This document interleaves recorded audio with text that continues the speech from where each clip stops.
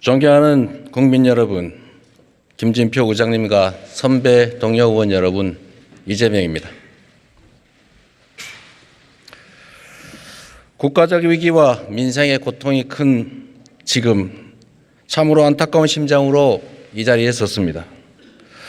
뚜렷한 혐의도 없이 제1야당 대표를 구속시키려는 헌정사상 초유의 이번 사태는 대한민국 헌정사의 역사적인 한 장면으로 남을 것입니다.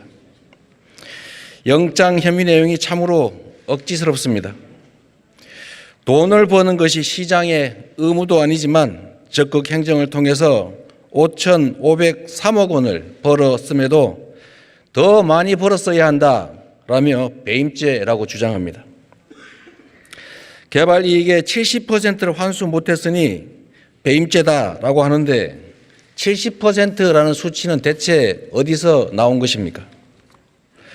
그렇다면 개발 이익 환수가 아예 0%인 부산 LCT, 양평 공흥지구 그리고 보통의 일반적인 민간 개발 허가는 대체 무슨 죄가 되는 것입니까? 대법원도 성남시가 환수한 즉 번 돈이 5,503억 원이라 판결했는데 검찰은 여전히 환수한 금액이 1,830억이라 우깁니다. 미르재단과는 달리 성남FC는 성남시 조례로 설립된 시 산하 기업이기 때문에 사유화라고 하는 것이 불가능합니다. 성남FC는 시 예산으로 최종적으로 운영되는 만큼 자체 수입이 늘면 세금 지원이 줄어들어서 성남시가 혜택을 볼 뿐입니다.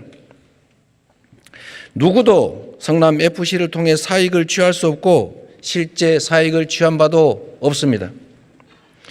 기업 유치를 위한 성남시 행정은 모두 적법하고 정당했습니다.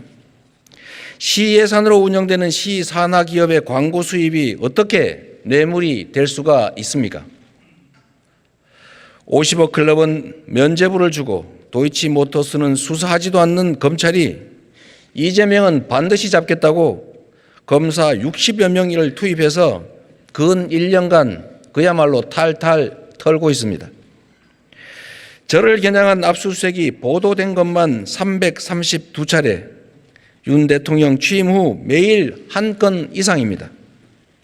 공개 소환도 3차례나 했지만 모멸감을 견디며 모두 응했습니다. 죄도 없이 저와 안다는 이유만으로 압수수색에 소환 조사를 받으면서 힘들어하는 주변 사람들을 볼 때마다 참으로 미안하기 그지 없었습니다. 수사가 사건이 아닌 사람을 향하고 있습니다. 목표물을 잡을 때까지 하는 사법 사냥입니다. 그런데 검찰에 목이 잡혀 궁박해진 이들의 바뀐 진술 말고는 그 장기간에 대규모 먼지털이 수사에도 아무 증거가 나오지 않습니다.